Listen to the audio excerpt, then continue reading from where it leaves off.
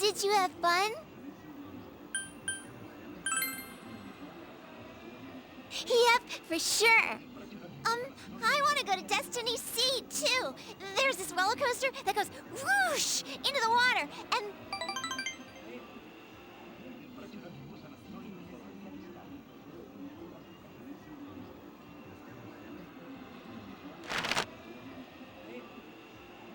Wow!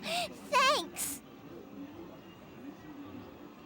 Whoa, cool!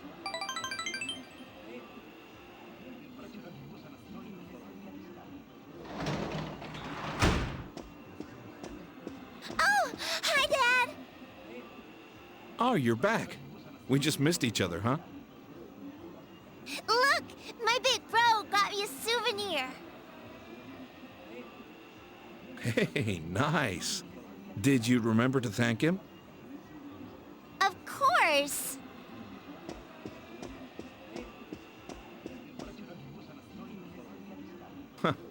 I guess that came out of your own pocket. Thanks. You went to Tatsumi Port Island, yeah? I guess the city was no big deal for a guy like you.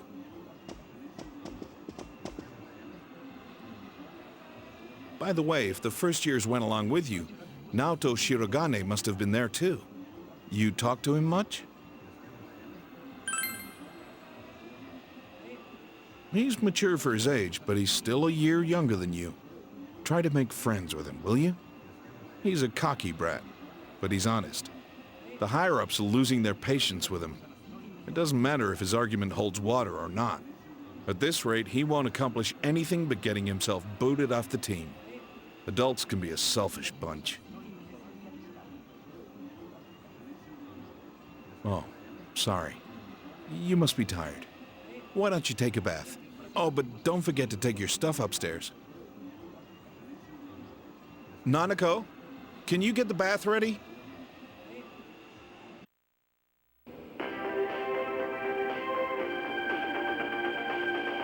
Good evening, and welcome to Nightline's special Night Watch report.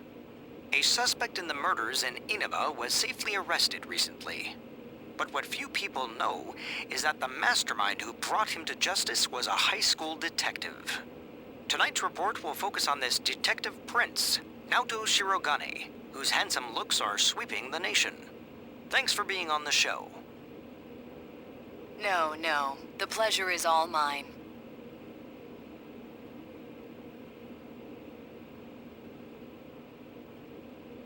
Oh, his uniform's the same as yours. First, congratulations to you and the police for your recent arrest of the culprit. It was well known that there were a lot of mysteries surrounding this case, and you did a great job clearing them up. I'd hesitate to say that the matter is cleared up as such. It's true that our suspect was behind Mr. Muraoka's unfortunate death. But when I cast my eye over the case as a whole, I detect a few things that seem out of place. Oh? Like what? Unfortunately, I cannot divulge details at this time. But this matter claimed the lives of 3 people. Hence, I believe even the smallest inconsistency must be investigated. I see. I have to say this is a surprise in light of the police's official statement.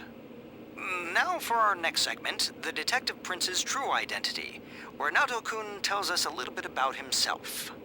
Amazingly, the Detective Prince has solved a whopping 24 cases. 16 of them were... There's a detective at your school? When I'm older, I'm gonna go to your school, too.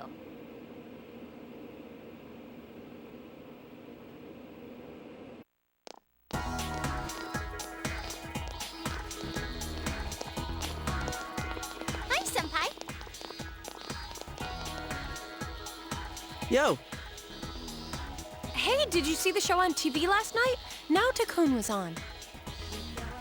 that thing about the Detective Prince solving the case? Come on, we're the ones who actually caught the killer. But the police were the ones who identified the suspect, and he was cooperating with them on it, right? So it's true that he helped solve the case. I'm kind of surprised, though. I didn't think he was the type to go after the spotlight like that. Good morning. I've been waiting for you all. There's something I needed to discuss with you regarding the case. Discuss? Dude, we'll be late if we talk too long. Hey, where's your uniform? Could you please indulge my current theory on the matter? What is it? First, as regards commonalities between the victims, all of them were kidnapped before they were murdered. The victims were all locals who had been the focus of recent media attention, becoming suddenly well-known. That is the most likely scenario. I don't believe there's anything intrinsically unique about the victims themselves. Haven't you all come to the same conclusion?